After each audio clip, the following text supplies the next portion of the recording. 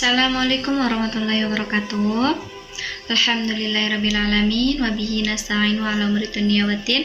Wassalatu wassalamu ala asyrafil anbiya'i wal mursalin wa ala alihi wa sahbihi ajma'in amma ba'd. Salawat serta salam semoga senantiasa tercurahkan kepada junjungan kita Nabi Muhammad Sallallahu Alaihi Wasallam beserta keluarga dan para sahabatnya. Perkenankanlah saya Wanti Nur Hasanah, NIM 211100749 dari Prodi Pendidikan Agama Islam kelas B. Yang saya hormati Bapak Nasiruddin selaku dosen pengampu mata kuliah mata pelajaran bahasa Arab, kemudian dan juga teman-teman yang saya sayangi. Materi yang akan saya sampaikan yaitu tentang at-tawabi badal.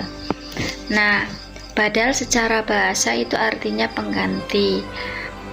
Dinamakan demikian karena badal bisa menggantikan posisi kata yang digantikan. Contohnya, qala Muhammadun Rasulullah, yang artinya telah berkata Muhammad Rasulullah.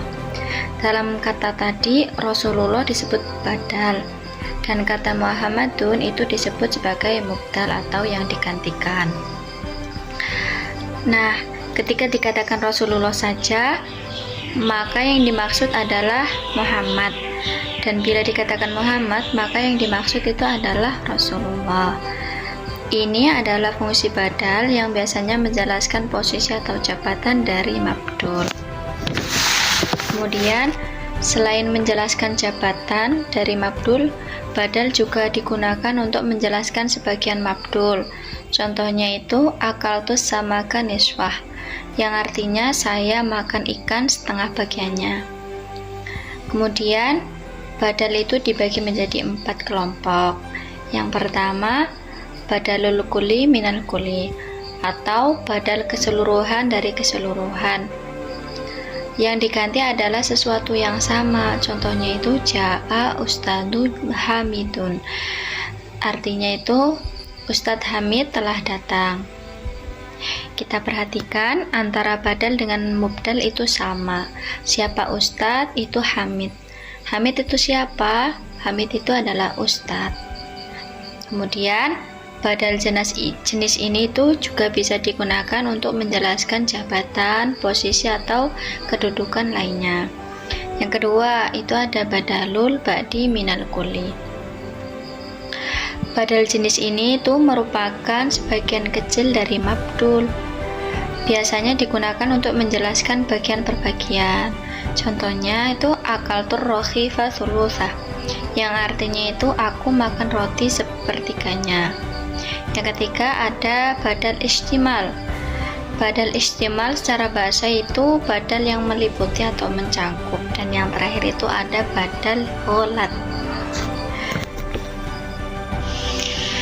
Kemudian materi yang selanjutnya itu tentang atof. Atof itu artinya kata sambung. Atof adalah kata yang mengikuti kata sebelumnya dengan adanya huruf perantara. Nah, fungsi atof itu apa? Atof itu berfungsi untuk menyambungkan dua kata atau lebih dengan menggunakan huruf atof. Kemudian, huruf atof itu ada apa aja sih? Nah, huruf atof itu ada 7. Yang pertama itu ada wawu.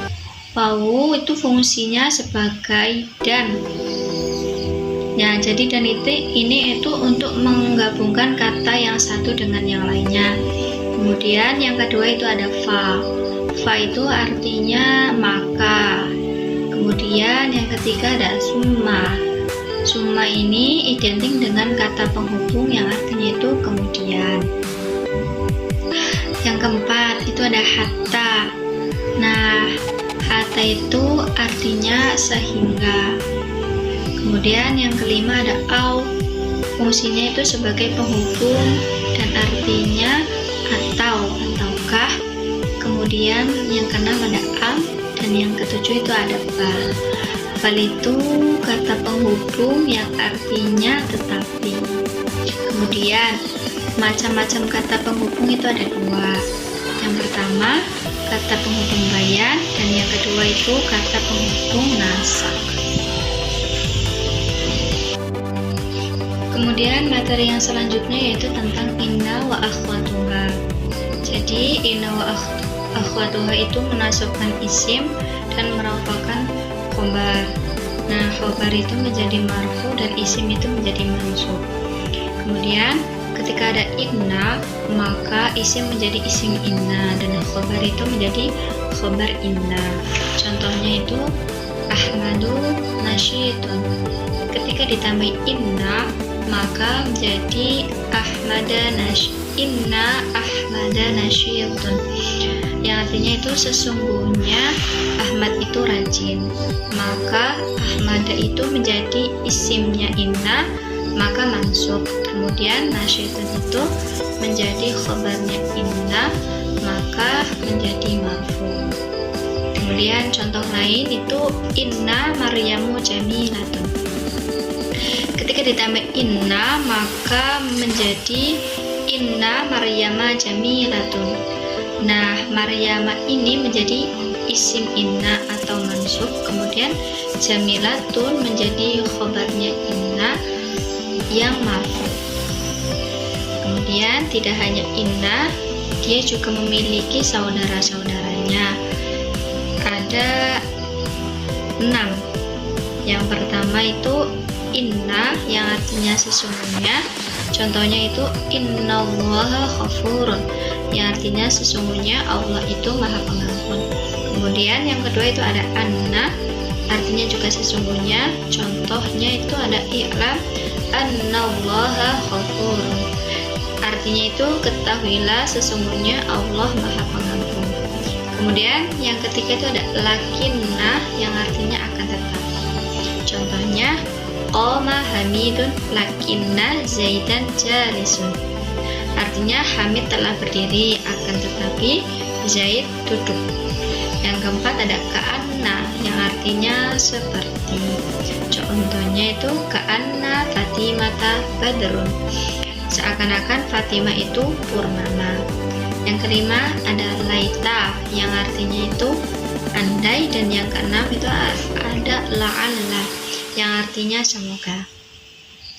Baiklah, sekian materi yang dapat saya sampaikan.